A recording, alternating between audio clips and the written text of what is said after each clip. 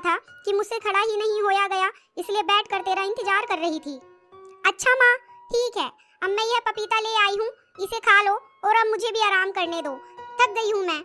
और हाँ माँ, अब मैं खाना लेने नहीं जाऊंगी, कितना चलना पड़ता है खाना ढूंढने के लिए, मेरे बस की नहीं है जाना। ठीक है, मत जाना, और वैसे भी इन पपीतों में कुछ दिन तो काम चल ही जाएगा। शुक्र है बच गई, वरना सुगंधी को पता चलता कि मैं ड्रामा कर रही हूँ तो खूब सुनाती मुझे। लेकिन कोई बात नहीं, अब कम से कम थोड़े दिन तो काम से बच गई। अब कहीं नहीं जाना, कुछ दिन आराम से सोऊंगी।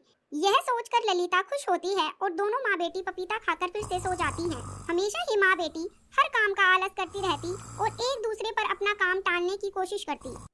थोड़े दिन बीत जाते हैं, सुगंधी के लाए पपीते भी खत्म हो जाते हैं। सुगंधी, तुम्हारे लाए पपीते तो खत्म हो गए, मैं जंगल में घूम कर आती हूँ और खाने के लिए कुछ ढूंढ लाती हूँ। ठीक है माँ।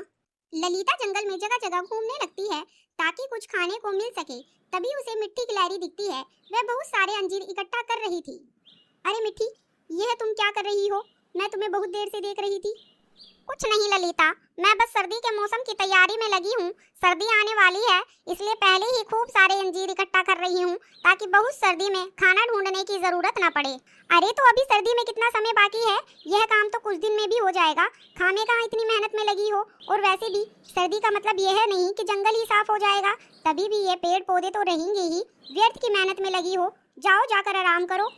नहीं ललिता, अभी से रोज थोड़ा थोड़ा इकट्ठा करूंगी, तब जाकर सर्दी तक पर्याप्त मात्रा में खाना इकट्ठा होगा। और आराम का क्या है, वह तो रोज करते ही हैं। छोड़ो मिट्टी, तुम्हें क्या ही समझाना।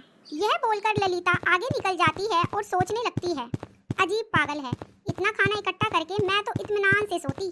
जंगल में घूमकर ललिता कुछ पपीते ले आती है। लो सुगंधी, हो गया अपना खाने का इंतजाम, और कुछ दिन आराम से कट जाएंगे। हाँ माँ, इतने पपीते में तो आराम से हफ्ता निकल जाएगा। यह सोचकर दोनों माँ बेटी आराम से अपने दिन काटने लगते हैं। सभी जानवर सर्दी के हिसाब से अपनी अपनी तैयारी कर लेते हैं, लेकिन ललिता और सुगंधी अपने आलस के कारण सर्दी की कोई